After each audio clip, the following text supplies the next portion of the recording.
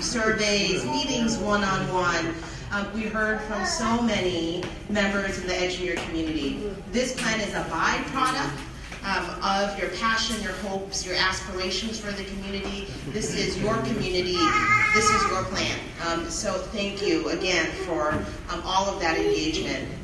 I have to say that while this plan we think represents so much of what is to come, of course we aren't starting from scratch in this work here.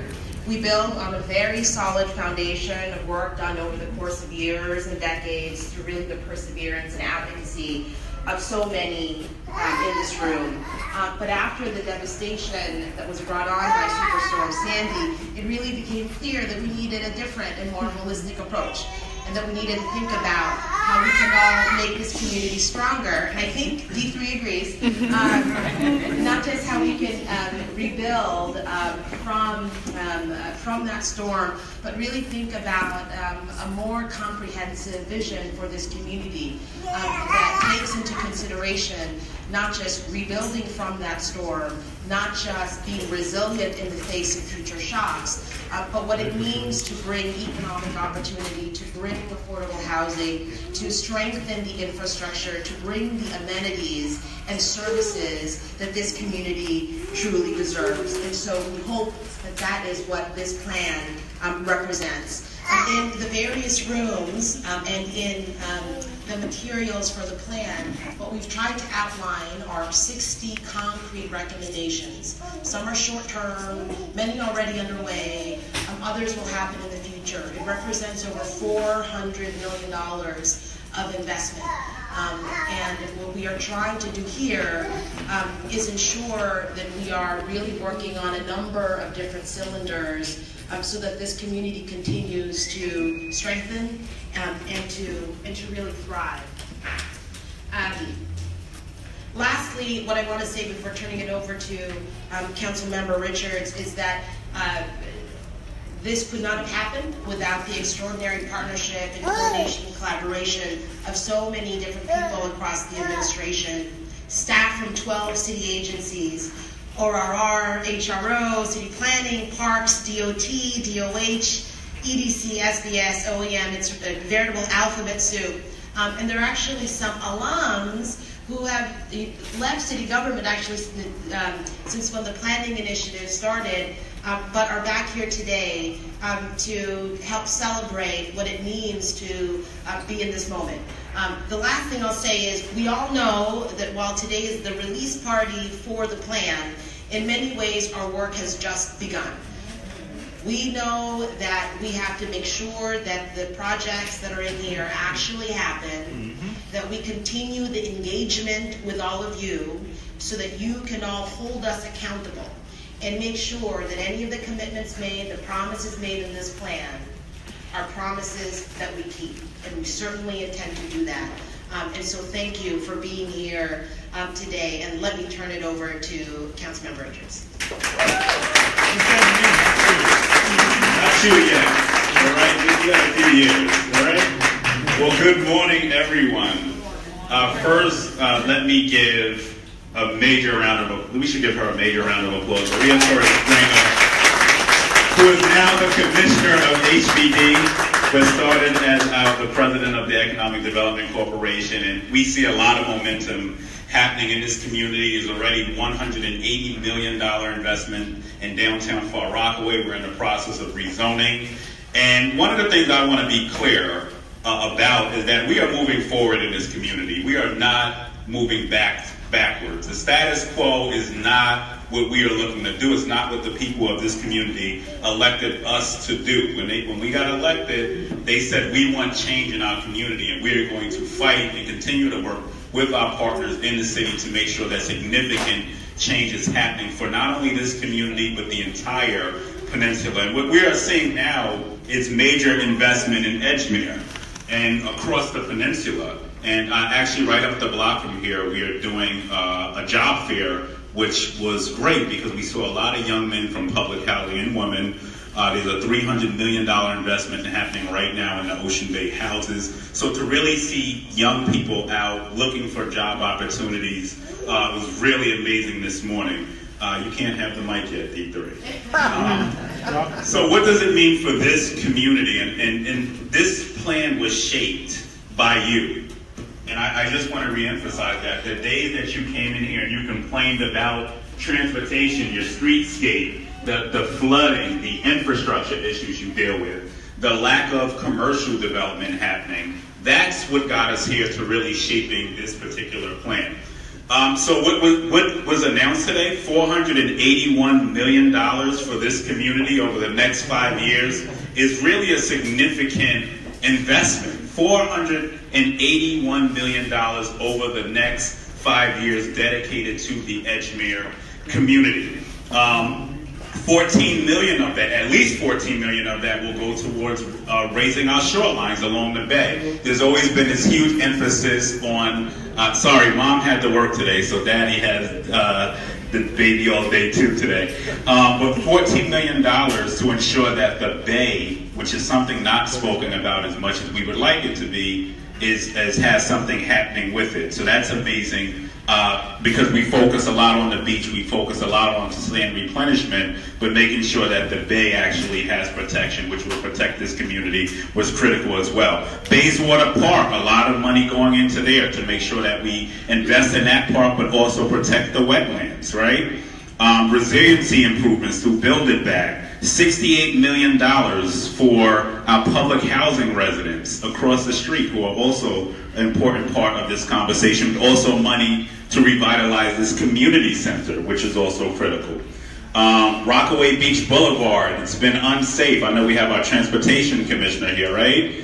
And I know most of you saw the signage on your block, right? All right, you're happy about some milling going on? Make sure you say hi to her on your way out. And then also Beach Green North, which is the first affordable housing building going on, mixed income housing building going on in here. I want to let you know how many people applied for those 100 units. Does anyone know? 50,000 people. 50,000 people applied for those 100 units right here in this community. But we'll also be working on a second phase. And what's important about the second phase is that it's going to bring a huge commercial element to the project as well. And then as Alexis Smallwood holds D3 and fights with him, one of the most important things to her was a community land trust. And one of the things that you're going to see in this plan, let's do it. One of the important things to her you're going to see in this plan is actually an RFEI is going to be released, a request for proposals basically, to create a land trust in this community. And I want to thank Alexis and our partners who really pushed on that. So this is a huge victory for the community. Huge victory. And also, I heard from a young man about flooding in here, so there'll also be a drainage study being done for this community as well. So, listen, we are at a historic time. This is about building for our future, like D3. We're building for him. But this is really about significant investment and change coming to this community. Jobs, the need for more housing, the need for much more commercial opportunities, and a better quality of life for this community. So I want to thank you. I want to thank Maria. I want to thank all of the agencies, all of the people who got us here. Rome was not built in one day. Rome, let me repeat that. Rome was not built in one day. But I am confident that with the relationship we have with the Blasio Administration, that this project and the projects and the commitments that are being made are going to be made and actually happen. And we'll be steadfastly there, making sure that they do, working with our community. So I will get back to Daddy's daycare now, because this little one has a lot of energy this morning because he had his first donut. And that was my mistake, and I don't tell my wife when y'all see her that I was giving him donuts at 9 a.m. in the morning, because this is what sugar does. Thank you all so much. God bless you. Let's get this plan going. Edgemere, we are on the map.